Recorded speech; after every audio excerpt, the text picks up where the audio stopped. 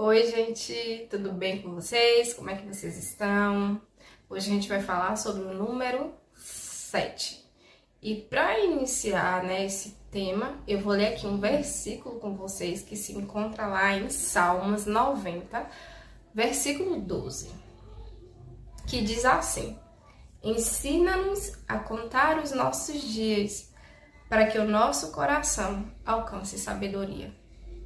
A princípio, talvez vocês estejam se perguntando assim, mas o que é isso, né? Não vai falar sobre o número 7, né? O que ela vai falar sobre isso?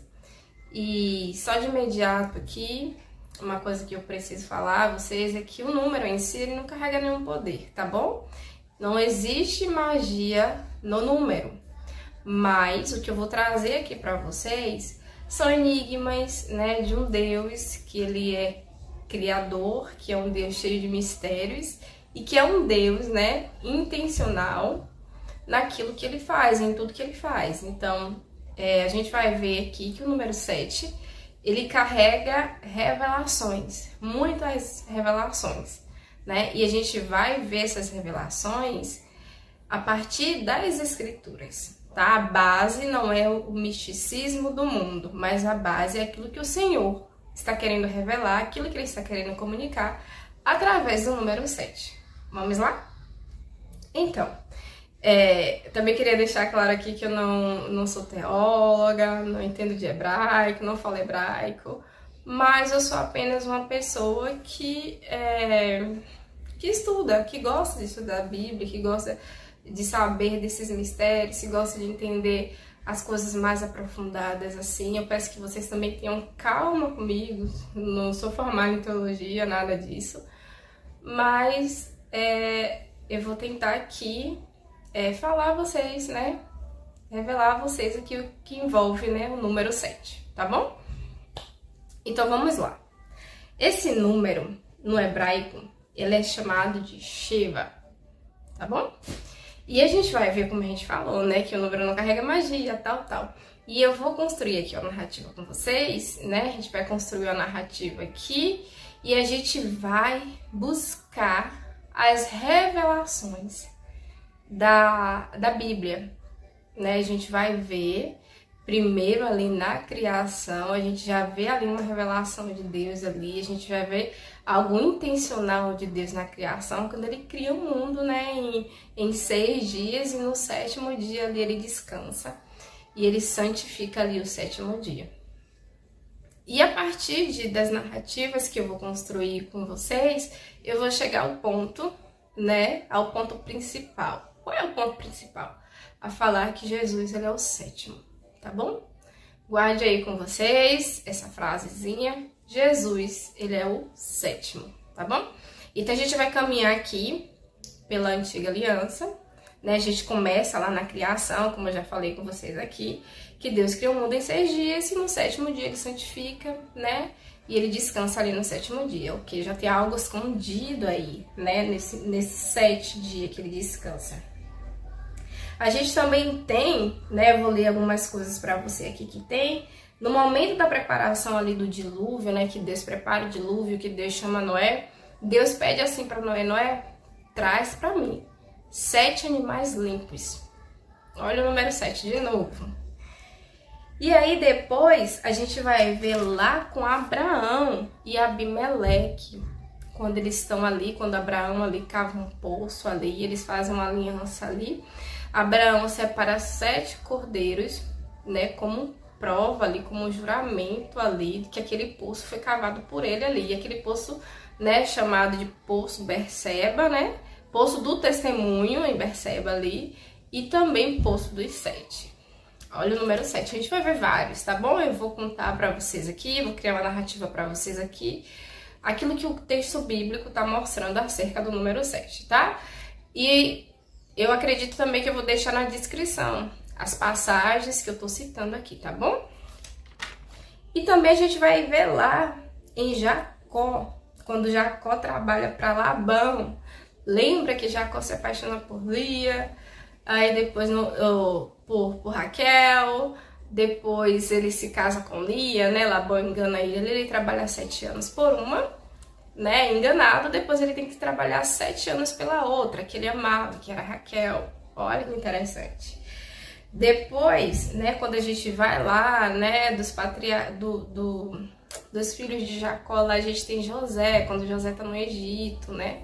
Quando José ali, um dos motivos ali que Deus, né, Deus dá o sonho ali a Faraó, José se torna depois, né, da revelação daquele sonho ali, se torna governador do Egito. Qual foi o sonho que Deus deu a José, a Faraó, para que José revelasse? Foi ali o sonho de 7 vacas gordas, né, um período ali de grande fartura ali do Egito, e depois o sonho com 7 vacas magras, né, que as 7 vacas magras comiam ali as 7 vacas gordas. Então olha o número 7 também aparecendo ali. José vai, revela o sonho, se torna governador do Egito, né, aquela coisa toda assim. E que a gente sabe, né, a gente que conhece um pouco as escrituras, a gente sabe que José também, ele anuncia ali Cristo ali. Tem muitas revelações acerca da pessoa de José, né? Aponta diretamente assim para Cristo. A gente também vai ver nos rituais da purificação, nas leis e nos rituais. A gente vai ver muitas coisas. A gente vai ver lá nas festas. A gente tem as ordenanças do Senhor. Recentemente eu falei sobre as solenidades, né? Que o Senhor vai, chama o povo dele e ordena para que festejasse. A gente tem ali 7 ordenanças, a gente tem o Shabat, a gente tem a Páscoa, a gente tem as festas dos pães asmos, que dura 7 dias.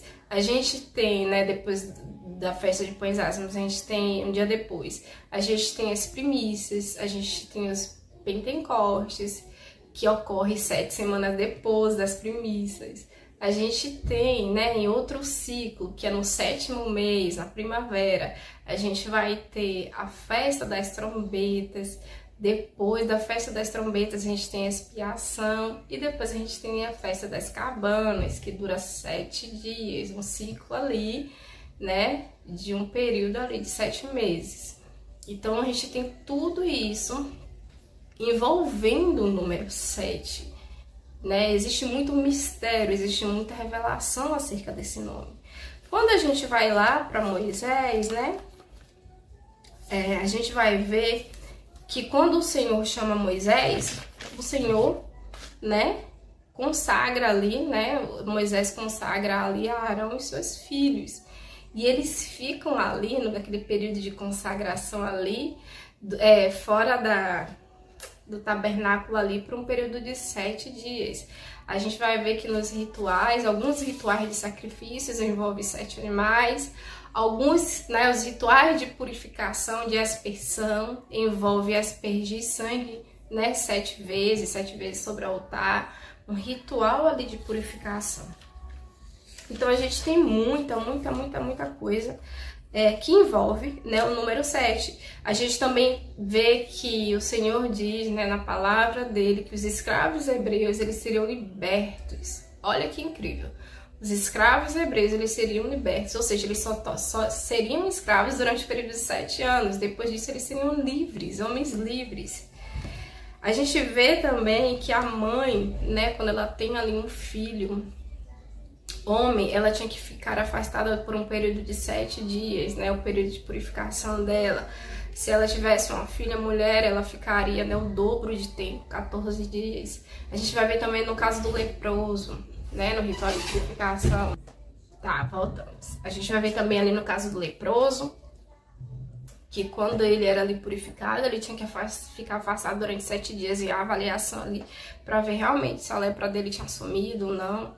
Então a gente vai ver muita coisa, muita mesmo, sabe? Acerca, que envolve o número 7. E a gente também vai ver ali no jubileu ali, o jubileu era um período que todos os escravos, não somente hebreus, mas que todos os escravos, aqueles que compravam a posse, eles tinham também que devolver um período ali de liberdade total, como se fosse uma liberdade para a nação. Ele aconteceria no período, né, de 7 semanas de 7 anos. Então, ali em 49 anos, mais um ano. Ou seja, no 50º ano era o ano do jubileu, um ano ali de libertação total ali, né, dos escravos e de posses e de muitas coisas que acontecia ali. E quando a gente vai, né, a gente tem muitas outras coisas que envolvem o número 7. Tem também coisas nas entrelinhas, repetições de nomes. Por exemplo, Abraão ele é abençoado 7 vezes, né, a bênção sobre Abraão. Por exemplo, nomes que são repetidos 7 vezes. Então a gente vai ver muita coisa. É muita coisa mesmo envolvendo o número 7. E lá no livro de Deuteronômio, a gente vê que quando o Senhor chama o povo, né, quando o Senhor fala ali com Moisés, né, que o Senhor diz assim, olha, estará diante de ti a bênção e a maldição. E aí o Senhor vai falando ali. E quando o Senhor vai falando sobre uma conversão, sobre um arrependimento do coração. O Senhor cita essa palavra, coração, 7 vezes, né? E isso vocês podem gravar aí, né? Porque o Senhor Jesus Cristo, ele diz assim que ele desejará os verdadeiros adoradores, né? Que adorarão a ele em espírito e em verdade.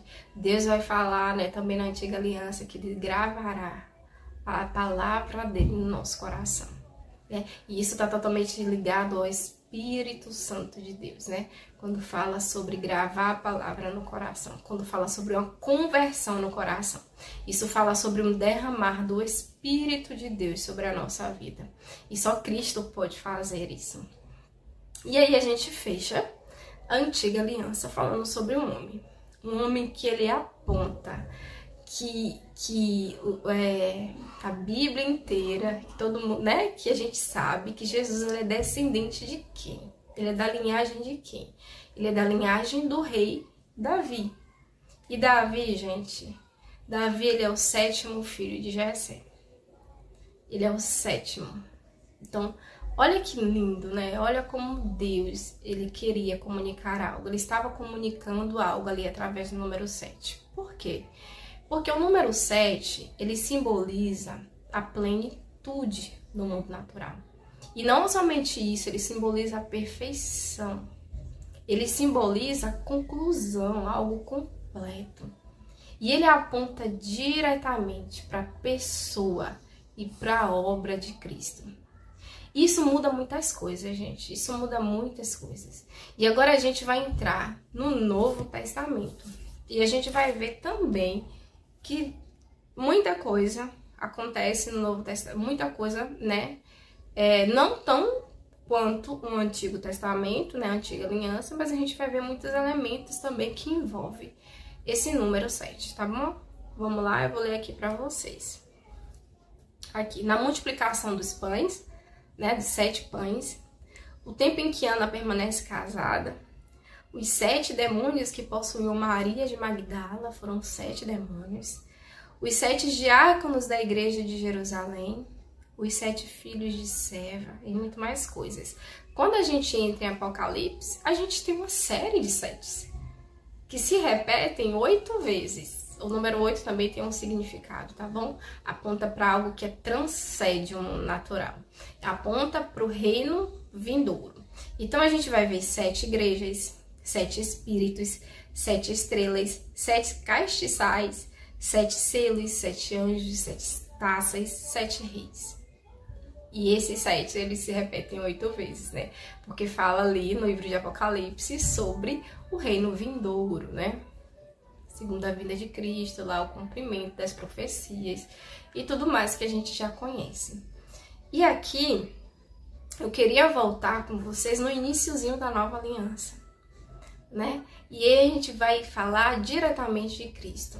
Cristo, ele fala, eu sou, 7 vezes.